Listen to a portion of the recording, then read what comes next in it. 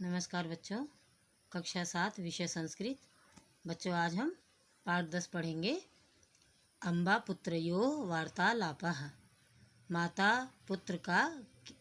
पुत्र की बातचीत। माता और पुत्र यानी बेटा आपस में बातचीत कर रहे हैं, उसी पर आधारित यह पाठ है। लेकिन उससे पहले आइए देखें, इस पाठ में कुछ प्रत्यय आए हुए हैं। उन प्रत्ययों को पहले हम समझ लें। कौन कौन से प्रत्यय हैं? कत्वा, तुमुन और ल्यप प्रत्यय आए हैं बच्चों इस पाठ में। जब हम पढ़ेंगे आगे तो हमें पता चलेगा कि इन प्रत्ययों का प्रयोग किस तरह से किया गया है। उससे पहले हम यह जान लें कि प्रत्यय होते क्या हैं और कत्वा, ल्यप और तुमुन प्रत्यय किसे कहते हैं, इनका मतलब क्या होता है, अर्थ क्या होता है, इसके बारे में जानें। तो आइए देखें। प्रत्यय धातु के बाद जुड़ते हैं। मूल धातु के बाद कत्वा प्रत्यय जोड़ने पर त्वाही धातु के साथ जुड़ता है। कर के अर्थ को प्रकट करने के लिए इसका प्रयोग किया जाता है।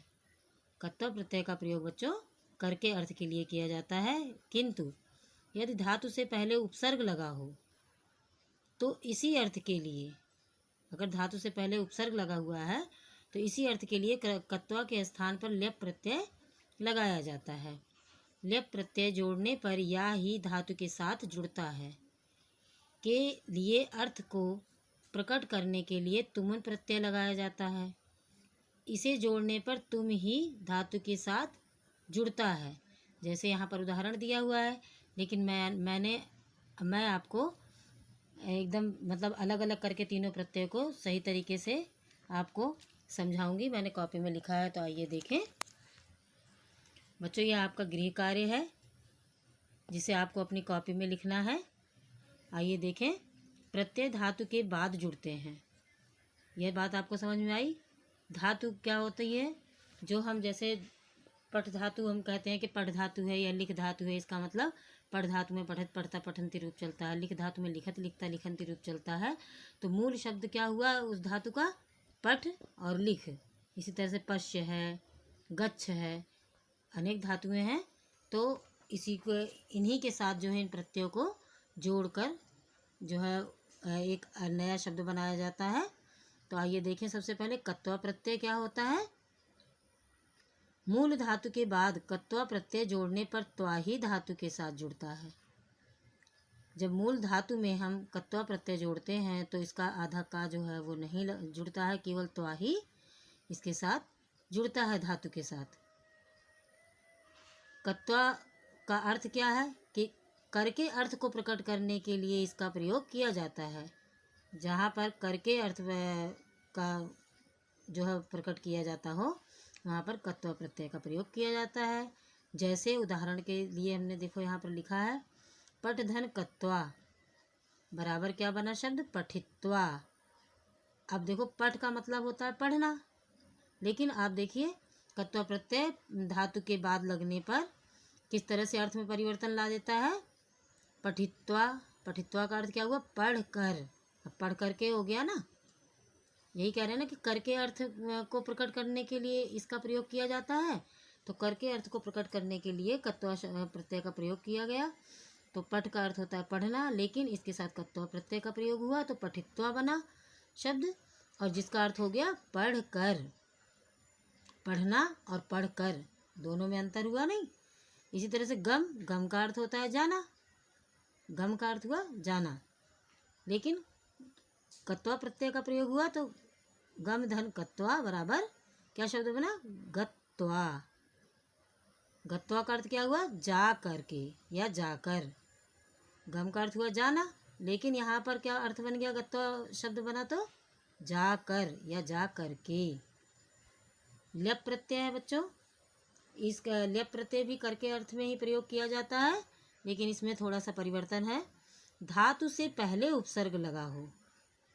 जैसे यहाँ पर धातु है, इससे पहले उपसर्ग लगा हो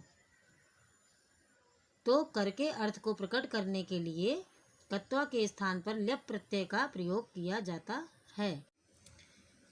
बच्चों ल्यप प्रत्यय और कत्वा प्रत्यय में अंतर यही है कि धातु से पहले कत्वा प्रत्यय में उपसर्ग नहीं आता है और ल्यप प्रत्यय में उपसर्ग आता है। तो यही जो है ल्यप प्रत्यय की पहचान है। आइए देखें आगे। ल्यप प्रत्यय जोड़ने पर या ही धातु के साथ जुड़ता है। ल्यप प्रत्यय में ला और पा का लोप हो जाता है, छिप जाता है, केवल या ही धातु के साथ जुड़ता है। जैसे उदाहरण देखिए, सम धन पठ धन ल्यप। अब आप देख रहे हैं पठ क्या है, धातु है। धातु से पहले क्या आया है, उपसर्ग आया है। उपसर्ग क्या है, सम, हलंत लगा हुआ है, इसका मतलब आधा माह है ये। सम धन पठ और धन ल्यप, तो इसमें हमने इसका पूरा शब्द क्या बनाया, समपठ्य। अब आप देख रहे हैं सा माँ के नीचे हलंत है तो आधा माँ लिखा है यहाँ, पा पूरा है और ठा के नीचे हलंत है तो हलंत के साथ लिखा, और केवल यह ल्यप का या ही धातु के साथ जुड़ा तो क्या बन गया, समपठ्य। इसका भी अर्थ है पढ़कर या पढ़ करके। अब यहाँ पर देखिए आ धन गम धन ल्यप। अब यहाँ पर भी देखिए गम धातु है, धातु से पहले उपसर्ग आया और उसके बाद ल्यप प्रत्यय लिखा, तो पूरा शब्द क्या बना, आगम्य और आगत्य। दो शब्द बनेंगे इस तरह से, आगम्य भी हो सकता है और आगत्य भी, दोनों में से कोई सा भी लिखेंगे आप, दोनों ही सही होंगे। इसका अर्थ भी है आ करके। तो आप देख रहे हैं ल्यप प्रत्यय की पहचान क्या है, धातु से पहले उपसर्ग आया है, और कत्वा प्रत्यय में आप देख रहे हैं धातु से पहले उपसर्ग नहीं आया है। तो यही इसकी पहचान है कि इस तरह से आपको पहचानना है कि जिसमें उपसर्ग नहीं है धातु से पहले वह कत्वा प्रत्यय है, और जिसमें धातु से पहले उपसर्ग आया है वह ल्यप प्रत्यय है। तो इस तरह से आपको अपनी कॉपी में लिखना है जिस तरह से मैंने लिखा है, और थोड़ा सा स्पेस दे के आप लिखेंगे। तीसरा प्रत्यय क्या है, तुमुन प्रत्यय। यह किस अर्थ में प्रयोग होता है, ये देखें, के लिए अर्थ को प्रकट करने के लिए तुमुन प्रत्यय लगाया जाता है। इस प्रत्यय को जोड़ने पर तुम ही धातु के साथ जुड़ता है।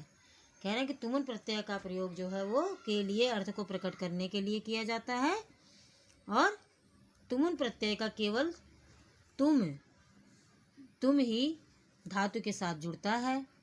जैसे देखिए आप यहाँ पर पठ धन तुमुन, पठ धातु है और धन तुमुन प्रत्यय है, तो पूरा शब्द क्या बना, पठितुम।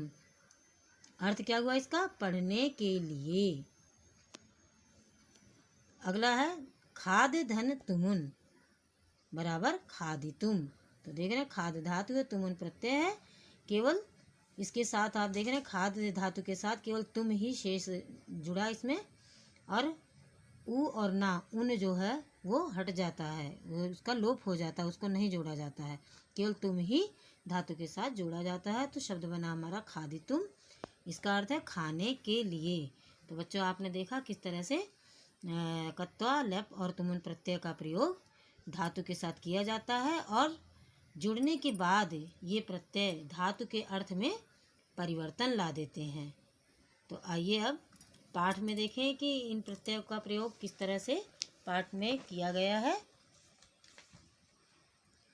यहाँ पर देख रहे हैं आप माता और बेटे की बातचीत हो रही है, किस तरह से हो रही है आइए देखें।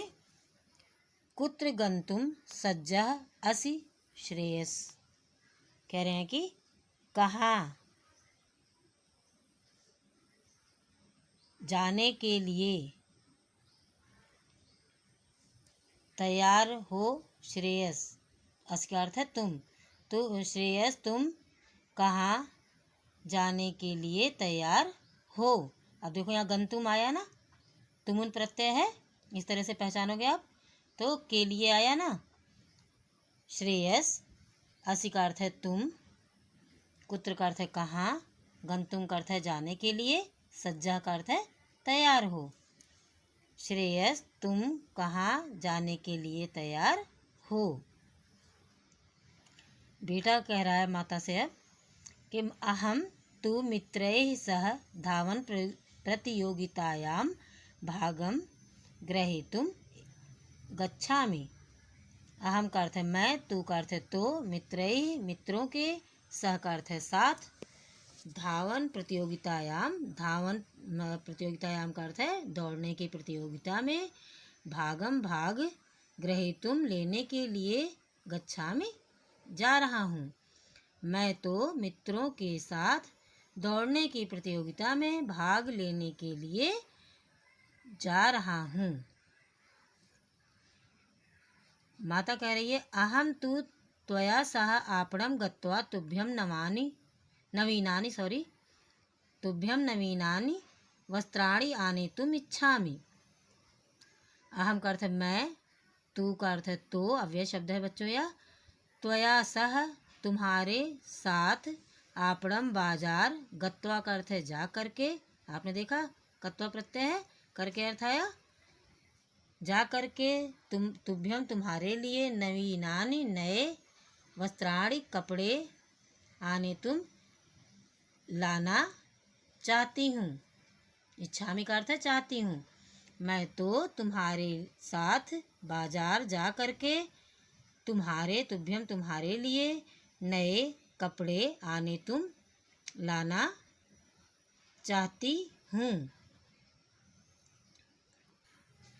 बेटा कह रहा है किमर्थम अम्बे, किस लिए माता। माता कह रही हैं परश्वः तव जन्म दिवसा अस्ति पुत्र। परश्व का अर्थ होता है बच्चों परसों, अव्यय शब्द है यह। परसों, तव का अर्थ है तुम्हारा, जन्म दिवस जन्मदिन, अस्ति का अर्थ है पुत्र। परसों तुम्हारा जन्मदिन है पुत्र।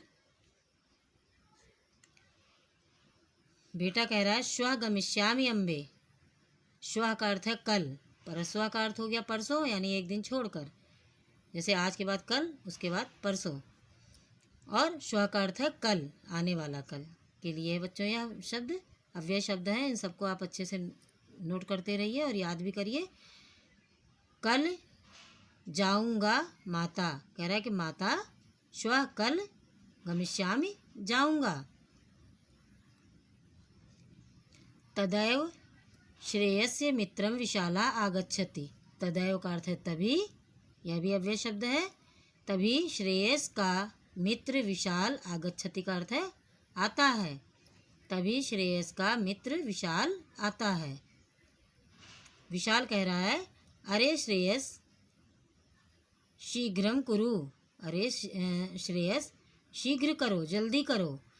प्रतियोगितायै नैव गंतुम इच्छसि किम।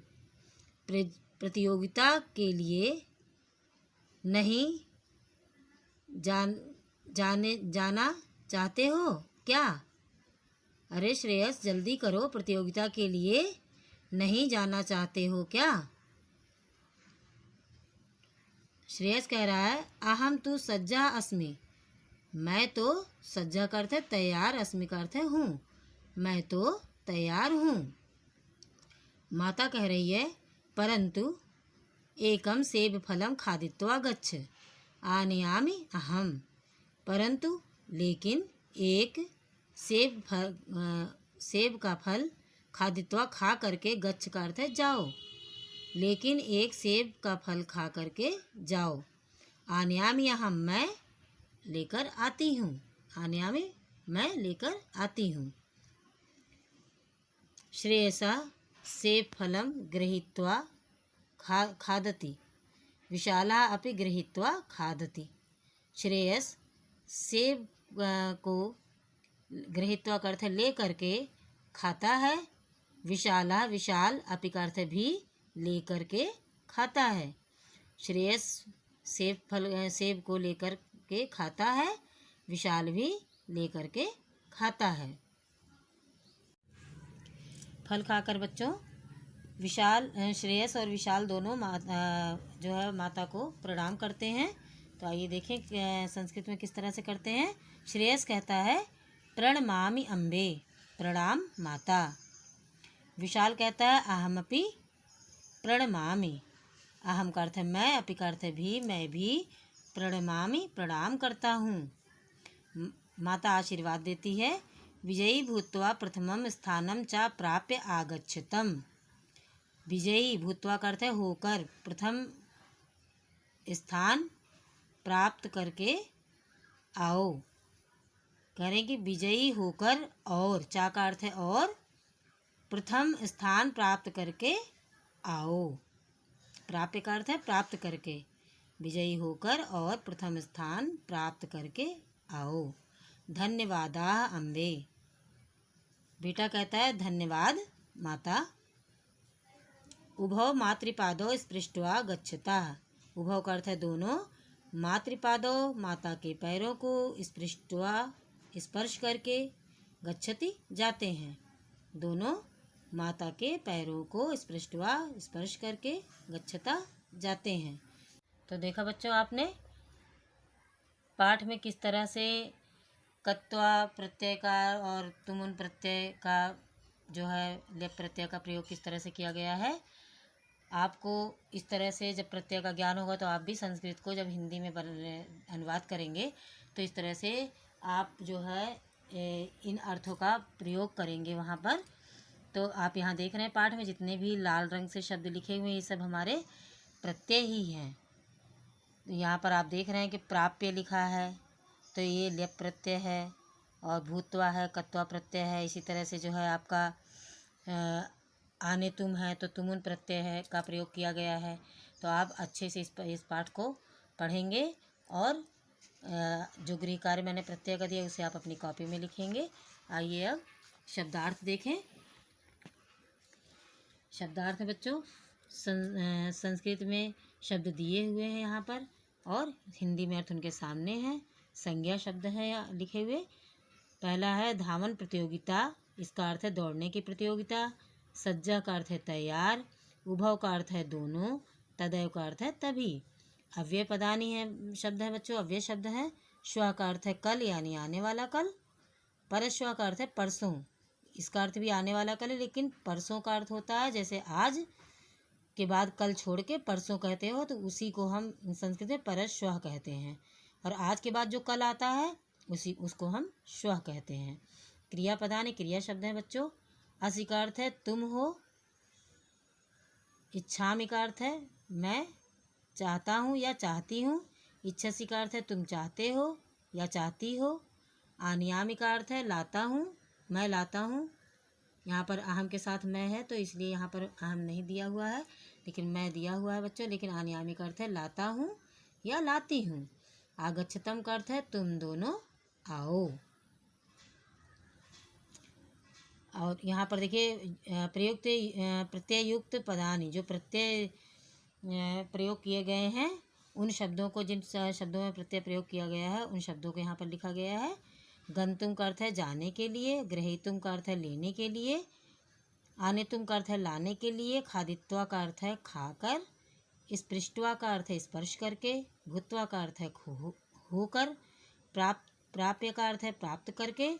गत्वा का अर्थ है जाकर। और गृहीत्वा का अर्थ है लेकर। तो बच्चों आपको ये शब्दार्थ भी अपनी कॉपी में लिखने हैं, यह भी आपका गृह कार्य है और अच्छे से इसको याद करेंगे। और प्रत्यय जो मैंने अभी कॉपी में आपको लिख कर दिखाया था, समझाया था, आप उसे अपनी कॉपी में लिखेंगे और याद करेंगे।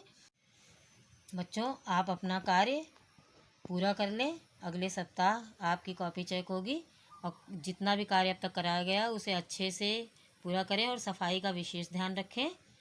आशा करती हूँ आपको मैंने जो भी कहा है समझ में आया होगा। जैसे जैसे मैं बता रही हूँ कि आपको क्या कॉपी में करना है और क्या किताब में करना है, आप उसी तरह से अपने कार्य को पूरा करेंगे। इसी के साथ धन्यवाद।